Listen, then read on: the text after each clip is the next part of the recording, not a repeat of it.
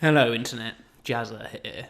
The images out of Charlottesville in Virginia have been shocking. I hope we all understood that America has a deep problem with race, but I'm not sure how many of us were expecting to see these bare, young, white and angry faces so blatantly and proudly on the news over the past week or so.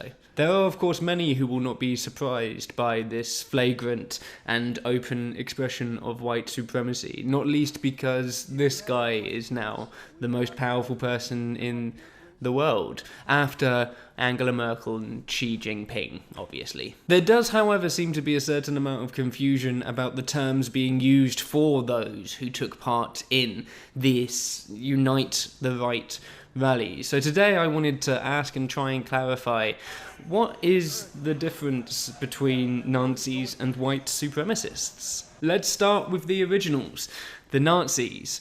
The Nazi Party came to prominence in Germany after the First World War. Adolf Hitler made a power grab in the mid-1930s and, well, the rest is history.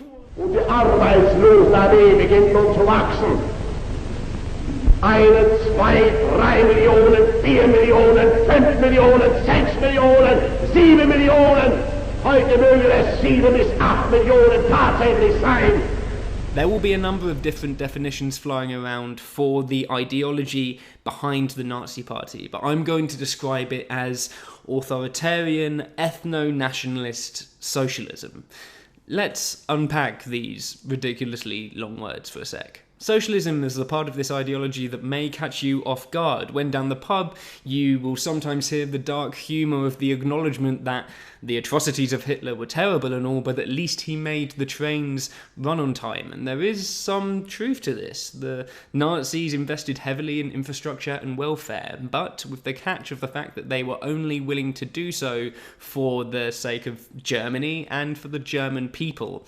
And spoiler alert, that was exclusively white German people. It's described as authoritarian because of the concentration of power. Obviously, rather a lot of it was focused on this guy, and also the lack of checks and balances to rein in that power. It was nationalist because it believed in the furthering and superiority of the German nation state. And then we come to the ethnic side of things. Nazis were very into the idea of social Darwinism, the idea of the superiority of the races, and eugenics. They, and actually, awkwardly, quite a lot of white people at the time, were obsessed with the idea of ranking the races of humanity into some kind of social hierarchy, with, surprise, surprise, white people consistently at the top. It was this ideology that was the core of how it was justified that so many millions of people, and especially Jewish people, were killed during the Holocaust. I think it's safe to say that the guys flying swastikas in Charlottesville aren't calling for an increase in infrastructure spending. They call themselves Nazis because of the ethnic superiority that was core to the ideas of Hitler and his party.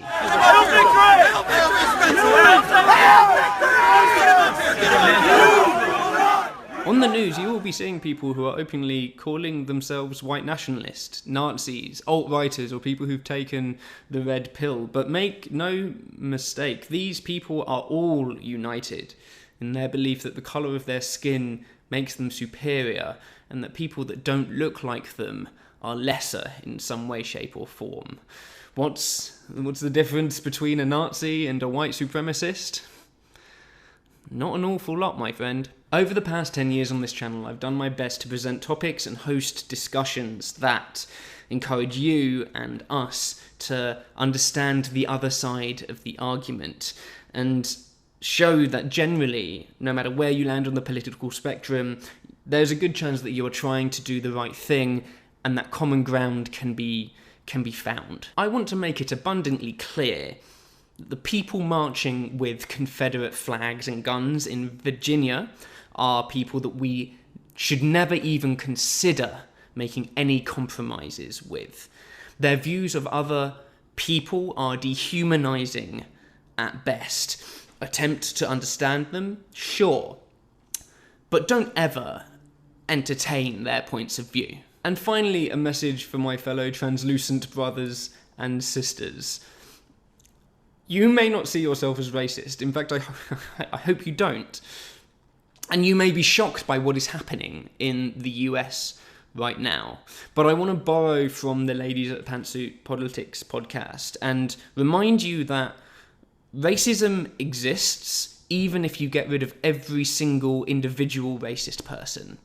Those carrying their tiki torches did not spring forth from the ether. They were cooked up in the soup of America that has its historical roots in white supremacy. And if you don't take every step as a white person to combat that, then I am sorry, but you are part of the problem.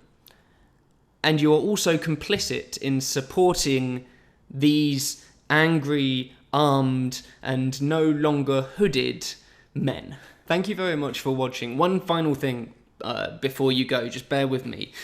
You may not know this, but YouTube has policies at the moment where it tends to demonetize content that contains contentious material, like, for example, this one. Though how you can describe the condemnation of racism as contentious, I'm not really sure, but there you go. This, frankly, makes it very hard to keep a channel like this sustainable, and so in order to try and combat that, I've started a Patreon where, if you enjoy having these spaces where we can talk about contentious topics and you have a couple of spare dollars a month, you can support this channel financially, which would help me to no end. The names of my current patrons are scrolling across the screen. You guys make this so much more easy for me, and I wouldn't really be able to do this without you, so thank you. You can find in my Patreon here. Now, if you've left your comment and you've hit like, you can watch another video. The all-knowing overlords at YouTube have selected this one for you, based on your previous viewing habits, so nobody to blame but yourself. You can also subscribe to me here, because that's my face. Bye.